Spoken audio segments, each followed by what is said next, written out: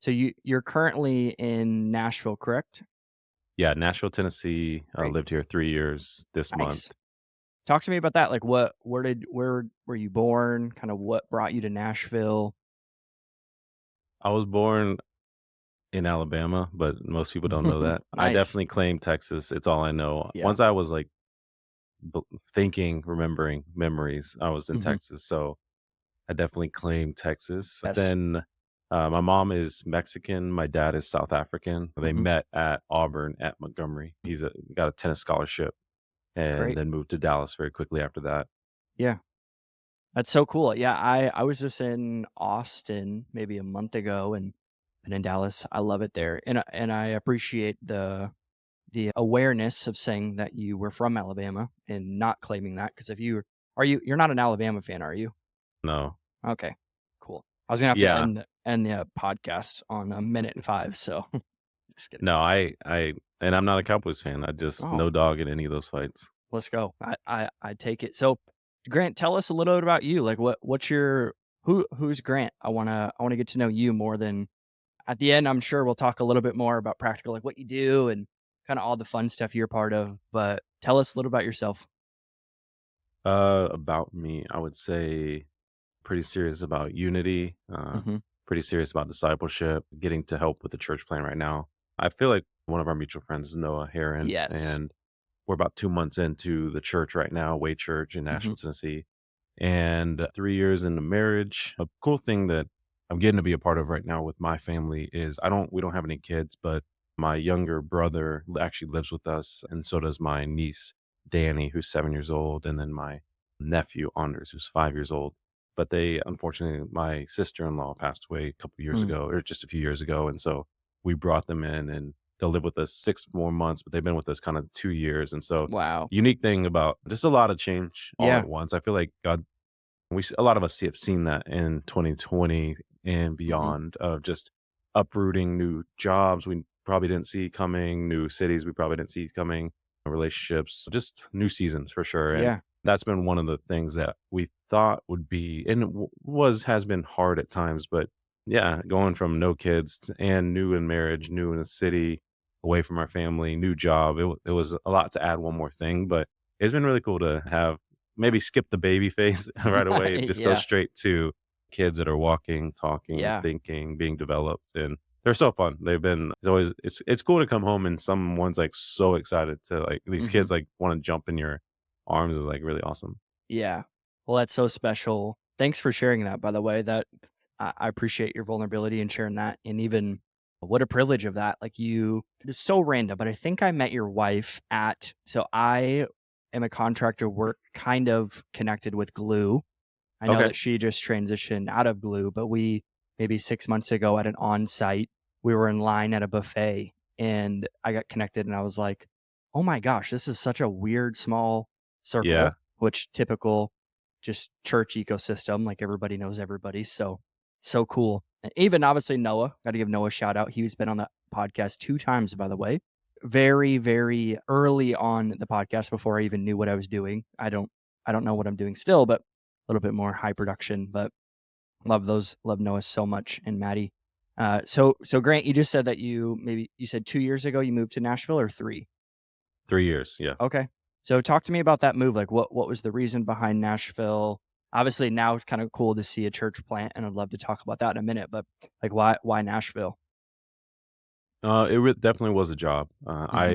I love Dallas a lot and actually had kind of a vision for my life to be there for the rest of my life. I Hmm. wanted to see what could happen if a young person at a young age committed to a city, Hmm. when it comes to uniting it, loving it, bringing the leaders together from the marketplace, the next generation, churches, nonprofit. We all have an invested interest in the welfare of the city. Hmm. And I wanted to, yeah, just kind of commit my life to it.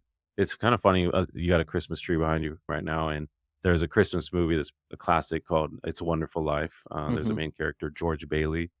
For a short season, my title with my nonprofit at the time, my 20s, was a George Bailey enthusiast, Let's because go. I love this young character who was in this city. His dad had really built into the city a lot, and he had inherited the work his dad was doing. But Mm. he actually really, like many young people, wanted to move and do bigger things in cooler cities. And really his dream was to leave and go do something else.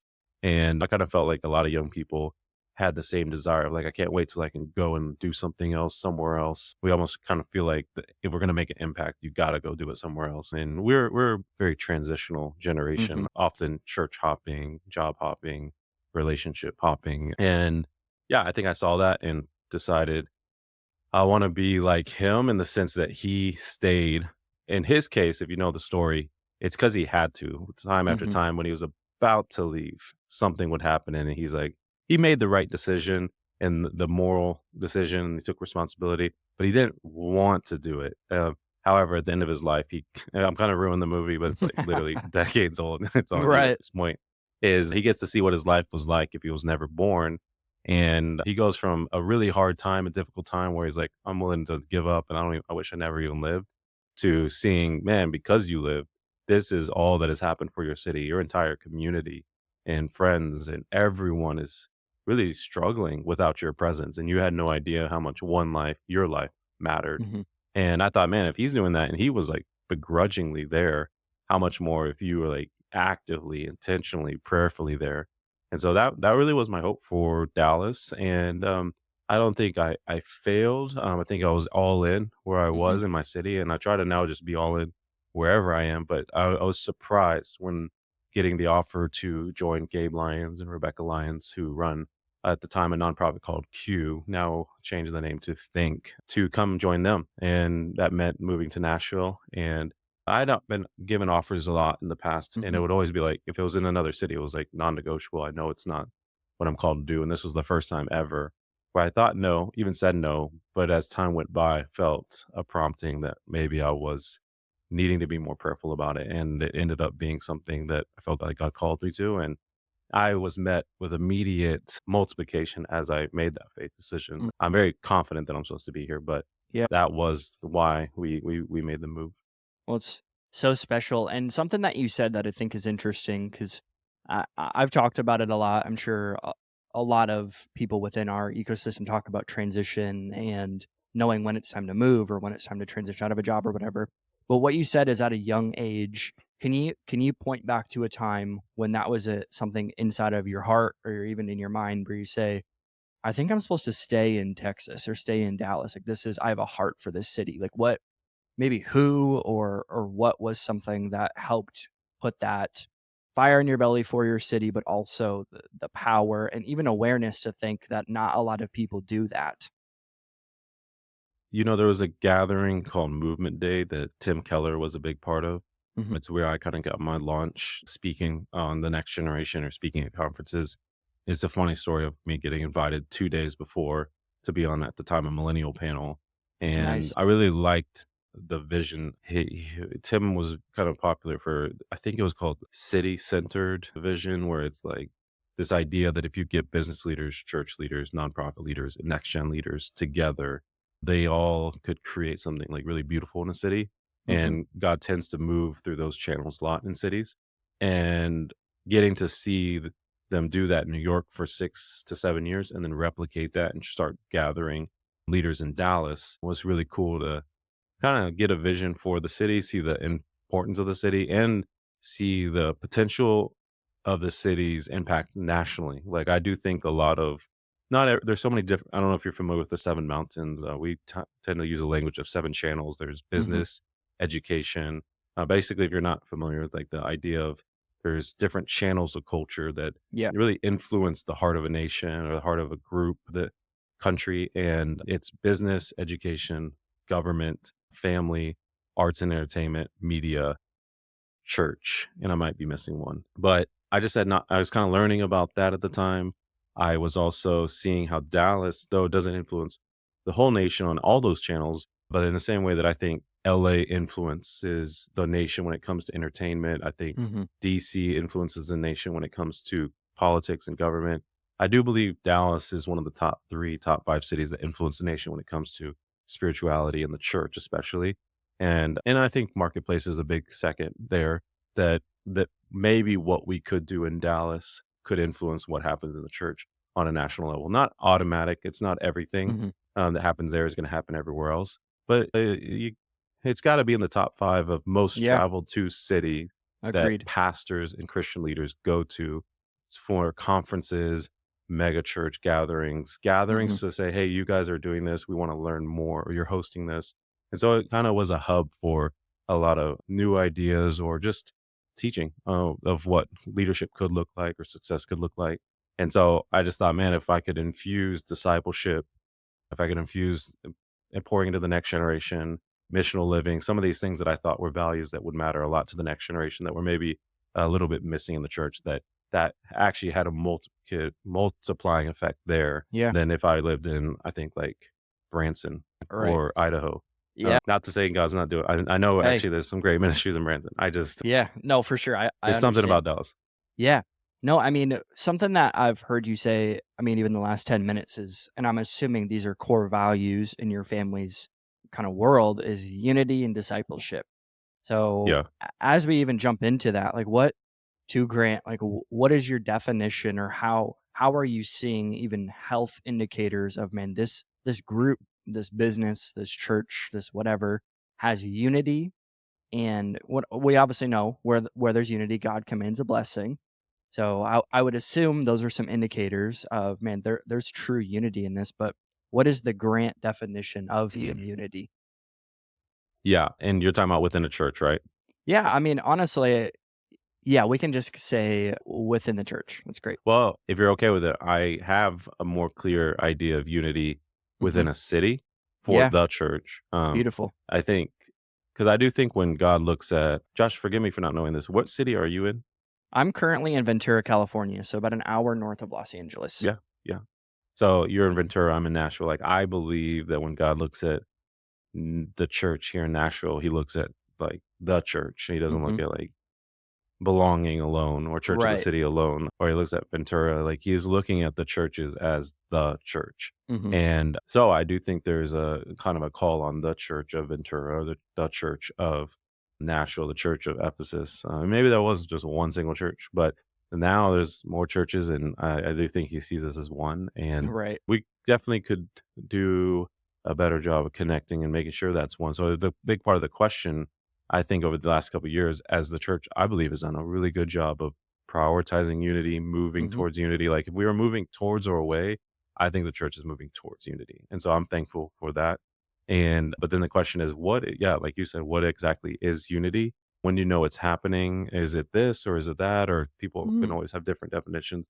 And my stab at it, it's not the way, it's a way, is I actually have layers where I would believe there's first the worst layer, which is disunity. It's Hmm. like there's literally maybe divisions, tensions, jealousies within the city between different churches. They are throwing rocks at each other without maybe even really knowing each other or whatever. They're just, if Christians, especially people in the city, know there's strife or there's tension between these churches, even just regular gossip, that's Hmm. disunity. Then there is the next level of like, it's a little better. At least it's not we dislike each other, but it's like lack of awareness. But it's like we don't even know each other's existence. That's also a level of disunity because it's like a long lost brother or a long lost Hmm. family member that they literally are your family. You just don't even know they exist. You don't Hmm. even know anything about them. So of course you don't love them or care about them because you don't even know that. It's more like probably indifference. But it's better than hating them, I guess. And or awareness, I would say. So there's like, oh, I'm more aware. And I think there it does need to be a step.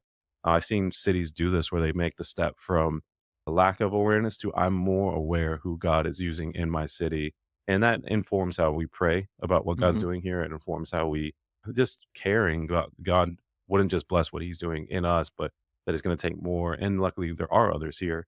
And so that's, I think often crisis creates community and unity among the church. There's a lot of, you see a hurricane hit a city or you Hmm. see even a shooting happen or something bad on that makes national news happen in a city. Churches tend to come together. Yeah. And I don't want that to always be the case, but we are seeing a lot more because of the tension and the division in our nation, more than I've ever seen in the last 5 to 7 years. A lot of churches that maybe 10, 15 years ago didn't do as much together or didn't even know each other come Mm. together. And so there's where it becomes awareness. But it doesn't mean we love each other just because we've met or we're cool with each other. I Right. think the next step would be like, we start prioritizing each other. That means like, oh, I don't want to just meet you when bad things happen. I want to prioritize proactively. I often say like we don't do unity because of a shooting, and we want to do unity because like Christ told us to, so that when bad thing something happens, or when there is a tragedy or a crisis or a natural disaster, we can operate and respond in strength. And that requires prioritizing time together Mhm. beforehand. So that's where the prioritizing comes in. And then the next I would say is like it's where there's like operational unity. It's where you move from we're not just knowing each other or meeting up with each other. We're starting to build something together. Some of the my closest people, we tend to help each other. We tend to build things together. We dream together. It's not Mhm. again, it's not responsive. It's proactive. It's like, man, if you're so good at this and I'm so good at this, could you teach me how to do this? Could you teach me, or what if we just did this together? But that's pretty beautiful when I see churches getting to that moment Yeah. of kind of a operational unity, because it is good, I believe, to do worship nights or prayer groups, getting leaders together. Often, one of the problems is, again, I always say good, but then there's always a little bit more. Is a lot of churches actually are more familiar with each other and even meeting regularly than I think people in the congregations realize. But it's usually because it's just the staff or the senior pastors or the executive pastors, so they know each other, but the congregations don't even know. Hey, I had no idea my pastor meets with that pastor and that pastor regularly, so that's why I think the operational unity of our churches are doing this together. We're building this Mhm. together is really big.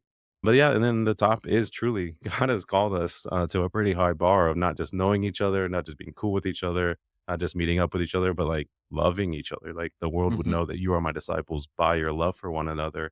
And so I get excited as we're continue to move up that ladder to this like form of, man, I love my brother pastor over here. I love them, and my family knows them. They know my family. One of the things I love about Nashville is for 15 years, a lot of the church leaders have been gathering together. And one thing they do that I think is such an expression of proactive unity that isn't even responsive to a problem or creating something for the congregation. It's just so familial. Like it's such family building is they Mhm. actually do a retreat, not a retreat, but they do a kinda like a field day, Josh, like, Nice. where they go to Yeah. Amy Grant's farm, at least the one time I've gone, and, like, a couple hundred of them come together, and pastors and staff, and they bring their families, and they, Wow. like, for several hours, like, worship together, potluck, bring their food together, play games, like, it's just like a family. You would think you're at, like, a Thanksgiving type thing in the Mhm. summer,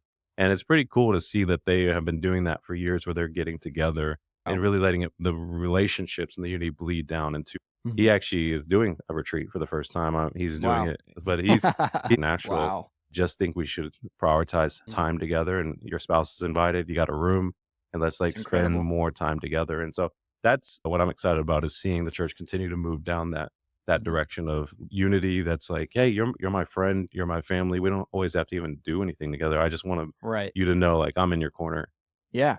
Do you feel like this is kinda random, but do you feel like it needs to be designed?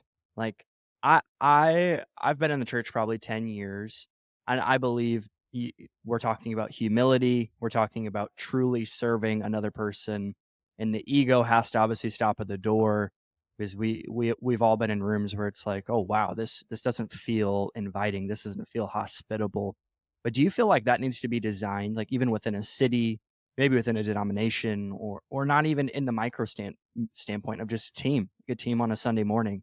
Do you feel like that unity needs to be designed, or do you feel like there might be some proactive things that a leader could do to make sure it is there? Yeah, I mean, this is such a easy step. I'm sure you know of Brandon Cormier. He's Mhm. in Colorado Springs, He Seal was on the pod Church. as well? Yeah, I just assume, yeah, they're a young pastor, leader, speaker guy, Right. you've had him. So Right. Brandon, as you guys all know him, and, I got to visit his church maybe I feel like it was 6 weeks in, and I was Mhm. so amazed by the depth of culture and buy-in for a church that was 6. You would have thought for sure this church was at least 2 to 3 years old, and I Wow. loved, I mean, he started one of it was the transitional time in between one of the songs, and he just said, "Hey, I just wanna Sunday, I want us to like pray for what God's doing here in Colorado Springs." And he showed maybe 3 or 4 pictures of different churches and put the senior pastors up there and their family. Mm. So this is this church. This is some of you guys know him. Some of you guys have been to their church. We just want to pray right now for this city. Like we're called to this city, and we're not going to do this by ourselves. And that maturity is just, I think, it's a great step. You're really discipling your people, so that I mean, because sometimes, again, like I said, the relationships are up here at the top, and they actually are cool with each other. They know each other. They love each other. The congregation doesn't know, but for them to see, we don't only know them. We're going to spend time at our church praying for Hmm. their church. I think that's a great discipleship step. But there's so many practical vehicles you can create. I'm really big on, like, we all have values that we say we care about, but we have to create vehicles to disciple Hmm. our people and even to express those values. So that, I think, was a great vehicle that a Yeah. church or a leader can do. That's so good. It's been so much fun hearing your heart of unity and someone we all say this, right? We're for the capital C church, but from our conversation, it seems like there's true weight behind your words when it comes to that. So I feel like this is a super special episode. Jumping into something that I think will be fun is transition. I my wife and I went through a recent transition maybe a year ago. So this would be a new, and you guys, like, you just moved, you have a lot of Yeah. family transition, all that. So for somebody listening to this, let's really, the audience of this podcast, like you said, is a young person. It's probably 18 to 22. Maybe they just got out of high school, or maybe just got out of college. They're excited about maybe jumping into the business world, maybe jumping into church or whatever. What are some things that we need to be proactive, Grant, about transition? Like, how do we know when it's time? How do we know that, man, maybe it's not even time, that we haven't even talked to our pastor yet? Like, how do we get to that step? Yeah. Yeah. I have a couple questions that I like to ask myself to know, is this a healthy goodbye? Because there Mhm. are sometimes necessary endings, Mhm. and or is it impulse leaving? Like, am I just leaving because it's a cooler opportunity? It seems like more fun. I'm getting a little bored. Some people just like change, or but I liken a change and at least leaving or transitioning to climbing a ladder. For me, the analogy has really worked. Of just like I said earlier with George Bailey, staying in a place for a long time to see the huge impact that can happen. And Mhm. it's like climbing a ladder. If I climb the ladder 25% up, and then I'm, of course, I'm like, man, the view's not that great. I thought it'd be greater, but I'm like, you're 25% up. But then you think you can be able to go way higher at some other ladder. You still got to start all over on that ladder. And I do think our generation can struggle with climbing a lot of ladders partially Mm. and being disappointed by the church or their opportunities or life, even maybe frustrated with God. But it's like, no, it's, you just don't like that.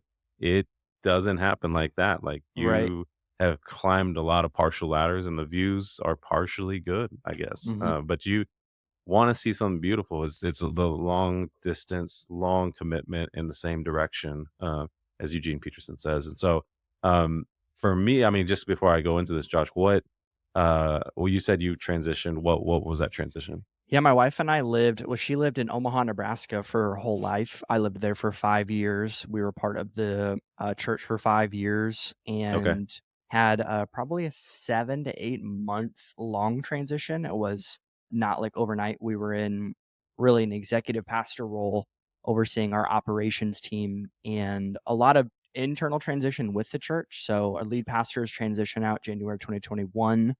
Hmm. Our downtown campus shut down the same exact week that our lead pastor transition out. Yeah. So there was that transition, and then there was an interim pastor, the onboarding of him and his wife as the lead pastor. So there was a lot of transition within our church, and in the midst of that, majority of our pastoral staff off the staff as well. We were really the last ones to do so, but that was your transition. So then there was a couple months of transitioning and moving across the country Yeah. from Central America, not the technical Midwest, but central, like pinpoint Nebraska, into a city on the West Coast. Obviously, there's a lot of factors when it comes to that as well. Just being here for almost 9 months now, but that was the transition. Okay. Okay. Are you okay with me using you as somewhat of a test subject with asking Yeah, you these questions? let's do it. I I love it. mean, well, one, let's just, before we even get there, did you do you feel like you have a generally good relationship with that church? Yeah, Yeah, I know there's yeah, seasons change and people get right. busy, but it's pretty good. It's not like Yeah, no, it Rocky. it wasn't it wasn't bad, I'll say that. It could have been better, but anything could be better, right? So, Yeah, right, yeah, perfect. we got nothing to complain about. We've certainly had our moments, but as of today, no, we're so thankful for our last church. Really Great. the church where we learned how to be leaders, not just attending a church, but building it. Right. Yeah, and definitely it sounds like cutting your teeth there. I don't Mhm. know if about meeting your wife maybe potentially, but even when you said 5 years, that's why I feel good about asking you because I'm like, if you Mhm. did 5 years in next gen years, that in dog years or next gen years, Right. that's a long time, man. Yeah, no, That's absolutely. the average next gen person, I mean, is on the trajectory to have 14 jobs by the age of 40. And Holy so moly. they are leaving every 1 to 2 years. I think I saw a study that said more than half of young people at any given moment are thinking about the next job. Like they would be open to going to another job. So Wow. it's just a very job hopping Mhm. transitional. What's next? I mean, it's the classic like non-committal generation because waiting to the last second, is there something else that could come up? Right. So here's the four questions of is it healthy goodbye? So for you with Omaha, it's like, do such a did you do such good work at that job that it may take several others to replace you? Mhm. That's the good question. That's like, man, that's a pretty great check mark of, man, Right. they would have to really find a couple others, maybe a person and a half to Mhm. replace the work that I was doing. Or will they realize how little effort you gave when someone else easily replaces you? Nice. Yeah, no, that's great. I mean, it's one points to I feel like individuals do a really poor job of thinking about them doing a good job. Like thinking about my wife and I serving alongside of each other and going, Hmm. "Man, I think we actually did a great job." And not blaming other people for giving us affirmation, but knowing that God sees us and we saw the work we did. So, absolutely. I mean, I feel like we did a great job. We led a team of I think around 250 volunteers, and Amazing. knowing the couple who replaced us were some of our best friends, Yeah. so that's special in itself, but, I love that. Yeah, yeah. My wife just transitioned, Mhm, and as you kind of mentioned, from her job, she was there for 4 years, I believe, and she'll still do stuff around that team. She really loves those that the team. mm. They definitely made the experience so much better. And but I know my wife. I was just meeting with Noah, and now that my wife's freed up, she wants to give more time to the church plant. And I just said, Mhm. man, I wish I was in your shoes, bro. When my wife wants to give her time, she streamlines things. She moves them. Oh, She's yeah. just so detailed and administratively like it's not like an assistant. It's like, hey, tell me where we're going. Okay, I'm gonna tell you Mhm. all the things that we could do better to get us Yes. there and give way better structures and Mm. systems and organization to get there. So s And that's yeah, it's just great. It's a great sign when it's like they realize, man, it's gonna be hard to find someone else to replace you. We might Mhm. even have to hire two people to replace you. Yeah. So the second question is, will the culture and the people feel the lack of your presence? Like, will the culture be impacted? They're like, Mm. oh man, we miss this person. Like we can tell though there's a void because they brought this type of energy, positivity, encouragement, peace. Hey, it's all right. No matter even like they could calm the storm type of whatever. So many different people we could add value in different ways. So will the culture and the people feel the lack of your presence, or will the culture and the people feel relief after you leave? That would Nice. be the second question. I love that. Yeah, I mean, we definitely have stayed in contact with we had 4 director couples and making sure that we're not, like, lording over them based on our transition, giving them the piece to be pastored by somebody else. We don't wanna be the leeches, but no, we definitely feel like we're missed in a healthy way. And even again, some of the people are still some of them were in our wedding. So, Yeah. yeah. Yeah, and again, I know I'm kind of putting you on the spot with these, but also feel free to share your comments. I know you get to speak to so many young people, Mhm. but I know These you. are these are already great questions, by the way. And again, it's reassuring and great to hear questions that are positive, even self retrospect and thinking, rather than it's the A or B, rather than Yeah, I feel as if a lot of the culture questions, even within the church, always tend to be, man, how can I think less of myself to make myself almost feel as if I'm making the wrong decision? yeah, Or and again, that I feel like that's just really healthy pastoring and discipleship, which I love. yeah, yeah. I mean, even Jesus, I mean, in a way, he committed to the disciples 3 years, and Right. he's like, "All right, you guys got this." And it seemed like from the beginning, he's like, "Hey, you will do greater Mhm. things." Yeah. Which kind of goes into third question actually is, are you leaving it better than you found it, Mhm. or are you leaving everything in shambles? Yes. Now, I I mean, also want to acknowledge with yours, you were in a unique situation because it sounds like you were just one of many changes that was going yes. on. There Um, was yeah, what was the indicator for us, and we had a couple prompt I was actually a pastor in Florida said this to me. He said, "Josh, do you feel like the things you're learning in this season, you're supposed to be the solution to, or you're supposed to learn and take it into the next season?" For me, that was a really good conversation to have with obviously Lexi, my wife, and our mhm, pastors at the time was like, man, the things that we are currently working through as a team, I feel as if I'm supposed to learn from them, but I don't know if I'm actually supposed to be the solution to them anymore. As in there's actually other people that are very much better fitting than I. And for us to leave, because we were so young, very rarely would you find a person leading the operations or even at the exec level at like 23 and 22. Like we were naive, we were yeah, passionate, but we knew we were giving up the thing that we loved the most, which was building the church within that ecosystem. So no, I feel as if we left it better. We had a healthy transition.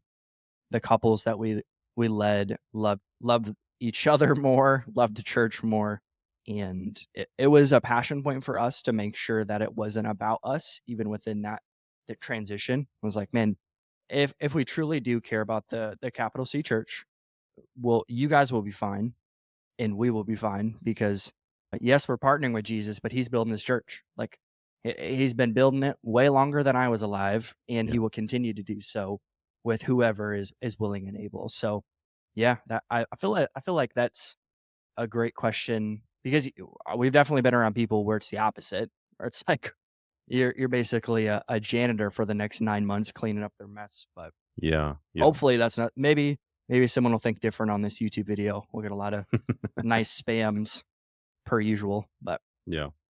No, no, it sounds like, yeah, definitely a healthy goodbye. But I mean, you're not impulse leaving if you've been there for 5 years. And no. I mean, the last question you don't even need to answer. I think we can just go from there. But it's kind of a culmination of it all. Just simply, will you be missed, or will they be glad you're gone?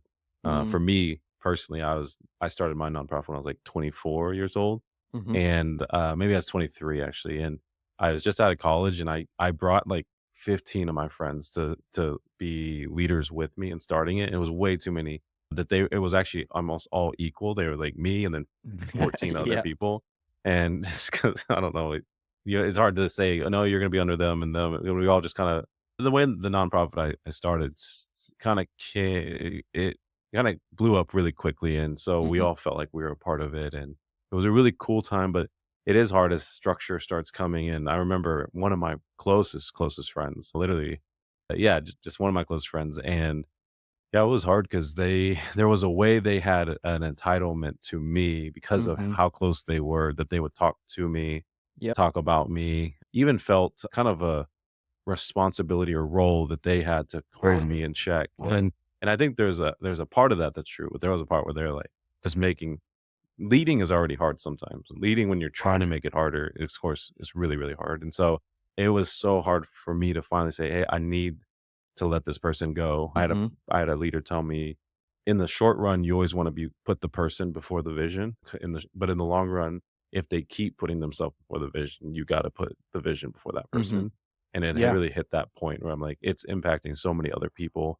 Mm. And it was one of those moments where I was really sad because they also did bring so much to the table when it comes to joy and fun, and I think that's what kept them around so much. Is they were so likable, but they were Right. so not dependable. Yeah. And the likableness, I realized later, I was like, yeah, but it was also equivalently bringing drama too. If it Mm. wasn't happy times, it was like dramatic times, Right. and it was my first time around 24 years old to see, man, the next week I thought, what will this next week look like now that this person who was such a big part of this culture and brought so much Mhm. be like? And it was where I was like, wow, actually, I think everyone can tell they're missed, but there is less drama. So in Yeah. a sense, we're kind of glad that change was made. Absolutely. Yeah, I mean, I've heard it said, and we've actually had a couple episodes as we wrap up, even on honor and what honor is, what honor isn't, talking about overdosed honor. Even Chris Durso and I talked about how honor is medicine. And if you have too much of it, obviously that's not good to have too much medication, but you very much need it. So That's it a good analogy seems, for it. yeah, I don't know who came up with it. Definitely wasn't me. I'm a big credits guy. Something I don't like, kind of a quick tangent before we wrap up, is when somebody says something and they totally didn't come up with it. It's like, dude, I heard that 14 times in the past 2 years. It wasn't your Yeah. idea. So give the credits, people. Just kidding. Well, Grant, give us a last thought. Give us a last maybe recommendation or piece of advice as we wrap up this week's episode. Yeah, I mean, we have talked a lot about commitment, seeing the results of a long time in the same direction, and what happens maybe when you transition too soon. Hmm. And I think probably one of the best stories, especially assuming the audience is kind of younger and leaders and people that listen to podcasts tend to be a little hungrier than Yeah. the rest. I mean, you're spending time not watching TV or TikToks, but trying to learn. And so I would say you're probably going to associate or be a little more aligned with. I think David is like the biblical example that makes a lot of sense to me. Of Hmm. he's got a couple different seasons, and I think he does really, really well at being all in the season he was in. For example, it would be very hard to be anointed as king, especially when your dad didn't even believe in you, and nor did your Right. brothers, and they anoint you as king, and not to like put that in their face, and Hmm. not to say, "Hey, I should be treated this way." And it'd be really hard also in my relationship with God, be like, "Wait, why do you anoint me as king?" And then it didn't happen right away. Like, Hmm. but instead of him being pushed into the throne room to be the king, he's sent back to be a shepherd for who knows how long exactly.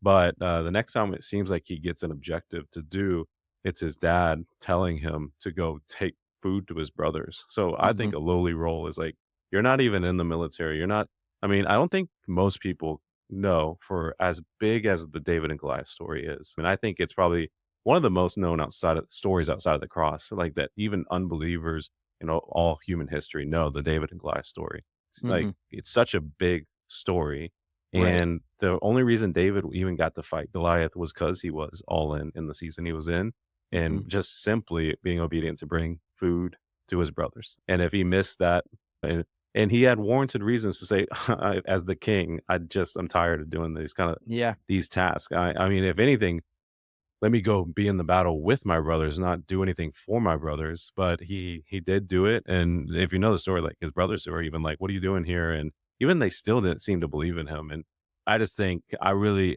respect him for being all in. And I've noticed just in human experience that some of the best leaders I know, when they were young, they had these like all in seasons. No matter if Hmm. it was a job like that had no leadership experience or no ministry. It's like it just didn't seem like how is this going to lead to this? Right. But I like to look at almost every job that I've had and every season that I've had and try to think what like my first job was at Marshall's. I worked Let's there for go. 2 or 3 years. Is like what did God teach me in the season of Marshalls that Hmm. actually apply if I really think about it. I apply to the leadership today, and there are things. What did I learn in the internship role that I had for a year here? And what did I learn? You'll see a lot of these like roles that didn't have any like big titles and big responsibilities. I didn't get highlighted for doing them. But I think you could either waste those seasons or you can learn from those seasons. You can see the fruit of them later. So my Yeah. encouragement is just, hey, all in is an ingredient of high capacity leaders in the long run. Mm.